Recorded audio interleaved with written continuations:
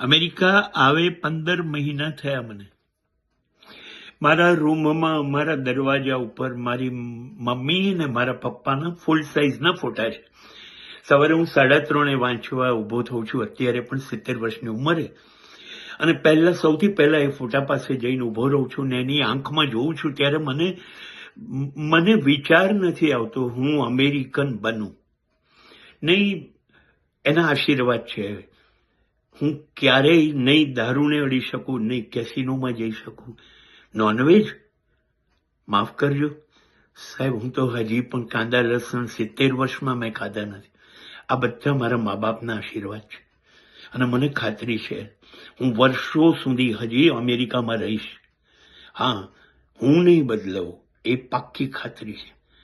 America કદાચ મને જોઈને બદલાવાનો વિચાર કરે તો ખબર નથી. I will not change myself.